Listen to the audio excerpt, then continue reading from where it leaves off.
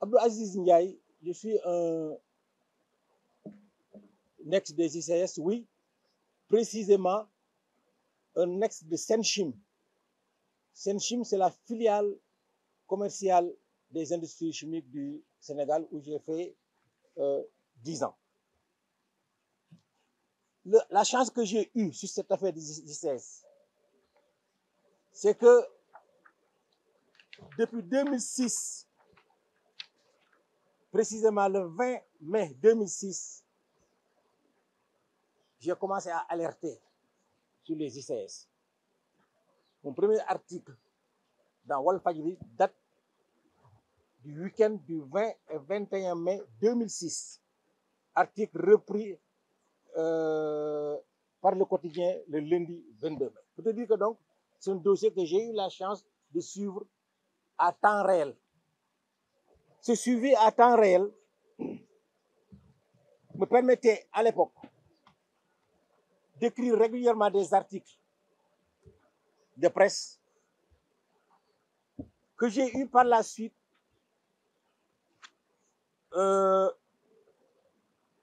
résumé dans un livre que j'ai intitulé Industrie chimique du Sénégal, chronique d'un crime économique prémédité. Ça, si vous voulez, ce livre, c'est un peu la préhistoire. C'est la préhistoire des problèmes que nous vivons actuellement. Les problèmes décrits dans ce livre ont affaibli les ICS. J'ai tenté, dans un document que certains d'entre vous ont, de camper la problématique des ICS. Vouloir faire le résumé de ce résumé risque de me faire biffer certaines choses importantes, risque de m'amener à mettre sous le coude certains points importants. C'est pour cela que je pense que je vais prendre 10 minutes, pas plus, 10 minutes, très rapidement, pour vous lire ce document. Parce que c'est un document qui résume la problématique. La problématique aujourd'hui, les ICS, c'est dans ce document-là, que je vais très rapidement vous lire. C'est un document qui décrit dans un premier temps la situation actuelle des ICS. Dans sa partie 1. Dans sa partie 2, comment les problèmes que j'ai décrits dans la partie 1 ont été générés. La situation actuelle et comment on en est arrivé à cette situation actuelle. Et puis ensuite, maintenant, en troisième point, rapidement, les solutions, la solution qui est voilà, préconisée, rapidement. Problématique des industries chimiques du Sénégal. Grand 1, la situation actuelle. Depuis 2014, les ICS sont sous le contrôle du groupe indonésien Indorama, qui possède une filiale en Inde pour les engrais. Indorama India Private Limited. La structure actuelle du capital des ICS. Indorama, 78%, gouvernement du Sénégal, 15%, IFCO, 6,78%, et le gouvernement de l'Inde, 0,22%. Je signale que IFCO, depuis le début, depuis la création des ICS, IFCO est le partenaire traditionnel et le client unique des ICS pour l'acide phosphorique.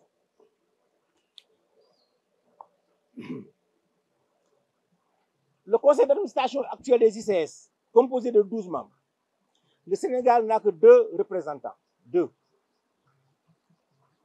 Ça veut dire que donc, le Sénégal, au travers même de la composition du conseil d'administration, le Sénégal, il apparaît que le Sénégal ne peut prendre aucune décision. Quand vous avez 2 représentants sur 12 dans un conseil d'administration, vous pouvez être que, disons, spectateur, ce qui est le cas. Si on prend après le conseil d'administration, les sphères directoriales. Les sphères directoriales Les ICS aujourd'hui, sur 70 cadres, 60 sont des Indiens. 60 sont des Indiens. Donc, il n'y a que 10 cadres sénégalais. Sur 70 cadres, les 60 sont Indiens, il n'y a que 10 cadres sénégalais. Les employés sénégalais qui partent à la retraite sont remplacés par des Indiens. Ils sont plus de 200 à la mine. Les employés sénégalais sont passés de 2500 à 1500. Déjà dans la presse, depuis un certain temps, il y a la direction des ICS qui menace, entre guillemets, qui tire sur la sonnette d'alarme, comme quoi les ICS risquent de s'arrêter. Il y a 5000 emplois qui risquent d'être perdus. C'est de l'intox. C'est de l'intox. Parce que même du temps de sa splendeur, les ICS n'avaient jamais atteint ce chiffre. C'est 2500 directs. Et puis, si on tient compte des emplois indirects, peut-être que c'était 3000. Donc, c'est de l'intox. Ça, je vous le dis, vous l'avez vu dans la presse, bon, vous êtes du métier, c'est de l'intox. Du temps de sa splendeur, les ICS n'ont même jamais atteint ce chiffre. Aujourd'hui, il n'y a pas plus de 1500 employés sénégalais aux ICS. Pas plus, c'est le maximum. Pour la sous-traitance, les sociétés sénégalaises sont quasiment réduites à néant. La priorité des biens et services sont d'origine indienne. Il y a beaucoup de produits que les Indiens pouvaient acheter sur place. Mais non, ils les importent. C'est comme s'ils visaient en vase clos au Sénégal. Ils nous prennent notre entreprise, ils nous prennent nos emplois et ils ne sont même pas censés s'approvisionner sur place pour certains produits. Ils préfèrent les importer. Voilà où nous en sommes. Sur le plan financier, les ICS n'apportent rien au Sénégal. Les ICS ne payent ni impôt sur le revenu, ni TVA, ni droit de douane, ni redevances minières. Les redevances minières auxquelles toutes les sociétés minières de la place sont entièrement soumises. Sur ce volet, les redevances minières, les ICS doivent plus de 200 milliards au Sénégal. Donc, c'est ça l'actualité. Hein? Ces fameux 200 milliards que maintenant la presse est en train de relayer, évidemment, nous l'avons souligné depuis lors. Donc 200 milliards, c'est une dette réelle. C'est de l'argent que les ICS doivent à l'État. Je ne parle même pas de la TVA, tout ça, sur lesquels on peut devenir. Mais ça, c'est réel. C'est une redevance minière. Les ICS n'en sont pas exonérés. Sur le plan agricole, les ICS ne servent paradoxalement à rien. L'usine d'engrais de Mbao, capable de produire 250 000 tonnes par an, ne satisfait pas actuellement l'agriculture sénégalaise qui a besoin annuellement de 150 000 tonnes. A fortiori, elle n'exporte plus dans les pays cotonniers. L'usine ne reçoit plus l'acide phosphorique nécessaire pour produire. Le Sénégal n'a jamais eu de problème d'engrais, jamais. Notre demande nationale a toujours été couverte par les ICS, depuis que les ICS existent. Mieux, nous exportions de l'engrais en Afrique, particulièrement au niveau du Mali, du Bénin, du Tchad, ces pays cotonniers. Nous étions le principal fournisseur. Et puis c'était des appels d'offres internationaux auxquels nous participions et nous les gagnions haut la main. Ce n'était pas des marchés de gré à gré. Appels d'offres internationaux, les ICS participaient et régulièrement nous gagnions. Nous étions les maîtres du jeu au niveau du marché des engrais. Aujourd'hui, on n'exporte même plus un gramme d'engrais. D'abord, avant d'exporter, il faut satisfaire ses besoins locaux. Aujourd'hui, le Sénégal ne peut plus. Pourquoi? Parce que justement, les maîtres du jeu, les Indonésiens, l'acide phosphorique fabriqué par les ICS est totalement exporté vers l'Inde. L'acide phosphorique, c'est la matière première de base pour les engrais.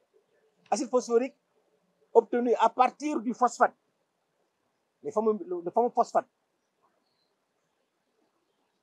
Donc cet acide-là ne sert pratiquement plus à faire des engrais au Sénégal, mais est intégralement exporté en Inde Pourquoi faire? Pour fabriquer des engrais pour les Indiens. Voilà un peu de manière brutale comment on peut décrire la situation. On prend notre phosphate, on fabrique de l'acide phosphorique, qu'on exporte en Inde intégralement pour fabriquer en Inde des engrais pour les besoins de l'agriculture indienne. Pendant ce temps, nous, on est dans les problèmes. On est dans les problèmes, on cherche à avoir où trouver des engrais. Voilà la situation paradoxale que nous vivons. Maintenant, comment est-ce qu'on en est arrivé là? Comment est-ce qu'on en est arrivé là? Ce problème-là que je viens de décrire de manière succincte. Comment est-ce que nous en sommes arrivés là? Tout est parti d'une histoire que j'ai décrite dans ce livre-là. L'avènement d'un certain Jérôme Godard, qui est venu au Sénégal soi-disant pour régler les problèmes des ICS. Les ICS n'ont jamais eu de problème. Qu'est-ce qui s'était réellement passé? C'est que justement, étant donné que les ICS avaient une très bonne santé financière et économique, l'idée qui germa fut le fait de dire que mais il y a possibilité de doubler la capacité de production des ICS, la production d'acide phosphorique. Surtout que c'était une demande du partenaire indien, IFCO. Ce doublement de l'usine de Darou, la production d'acide phosphorique, fut effectif, ce doublement, quasiment sur fond propre des ICS.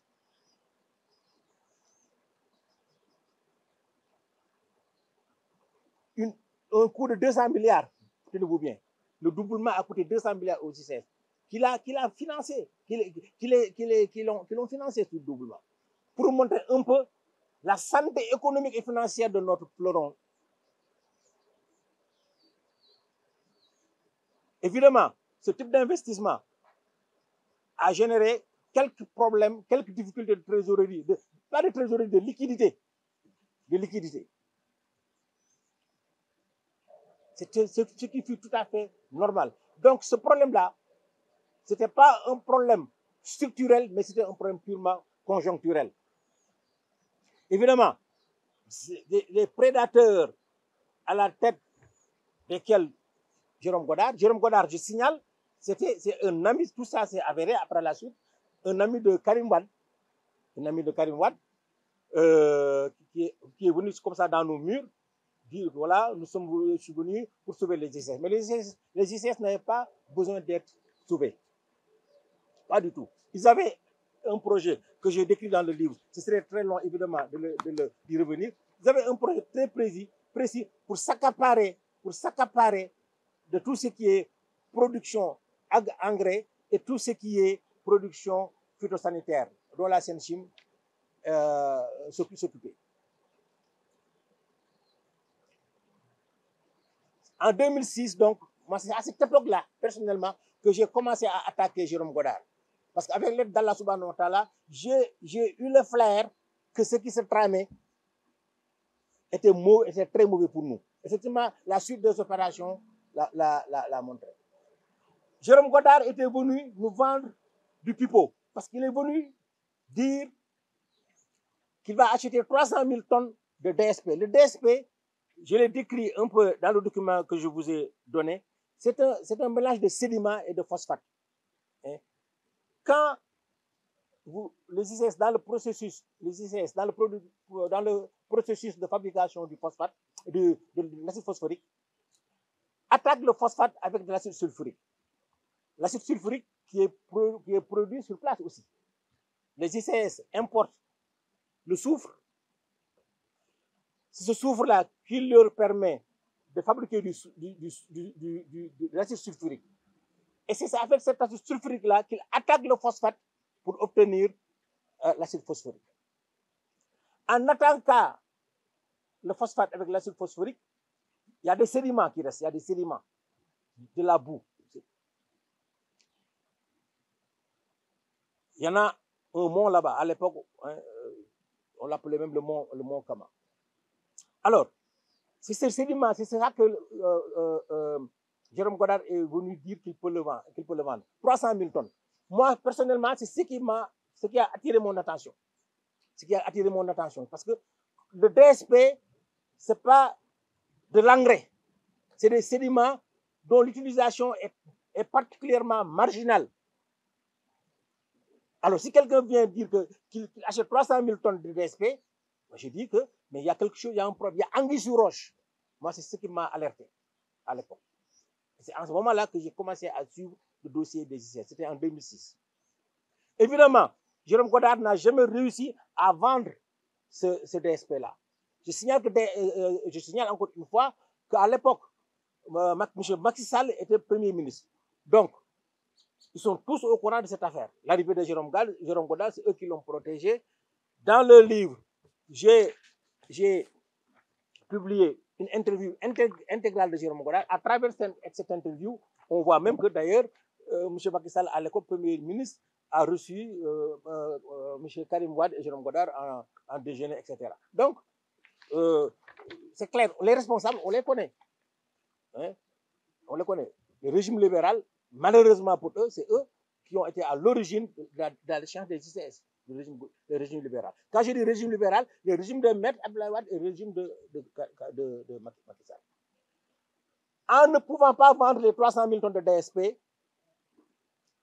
Jérôme Godard a fait bloquer les comptes des ICS à Paris et aux ICS et à New York, arguant que nous leur avons fourni de l'engrais, un produit non conforme. Ce blocage des comptes des ICS, pendant 8 mois, les comptes des ICS ont été bloqués. Et ça, évidemment, une usine qui fonctionne à feu continu, bloquée pendant 8 mois, le résultat, on le connaît. Ça a fini par complètement terrasser les ICS. C'est ça qui a mis à terre les ICS. Évidemment, les Indiens en ont profité. Il y a eu des manipulations de comptes. Il y a eu détournement de recettes d'acide phosphorique. Tout ça pour affaiblir davantage les ICS. Les Indiens donc, ont eu du flair, entre guillemets, ont eu le réflexe de vautour pour venir définitivement manger nos restes. Évidemment, avec la complicité de la direction des ICS. Parce que ça ne peut pas se faire sans la complicité de la direction des ICS. L'un dans l'autre, les ICS donc, ont été ainsi affaiblis. Leur capital ramené à zéro. Ce qui a permis de l'acheter avec des montages financiers sur lesquels je ne vais pas revenir. Des sociétés offshore ont été créées à Chypre, dans les paradis fiscaux là, pour pouvoir faire des montages qui, au bout du compte, ont fini par sonner le glas des ICS. C'est ainsi que les ICS donc, sont passés du côté indien, par des montages financiers, des détournements de biens. Voilà un peu, en résumé, ce document-là que vous allez recevoir, que certains d'entre vous ont déjà. Voilà la problématique des ICS. Les Indorama, qui actuellement propriétaires des ICS, mais a acquis notre fleuron de manière frauduleuse. Parce que c'est à la suite de montage financier.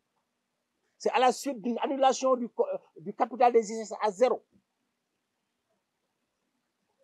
Voilà, messieurs les journalistes, de manière basique, la problématique des ICS. Je vous demande vraiment ce document que vous allez recevoir, que certains d'entre vous ont, de l'exploiter, hein, de vraiment l'exploiter.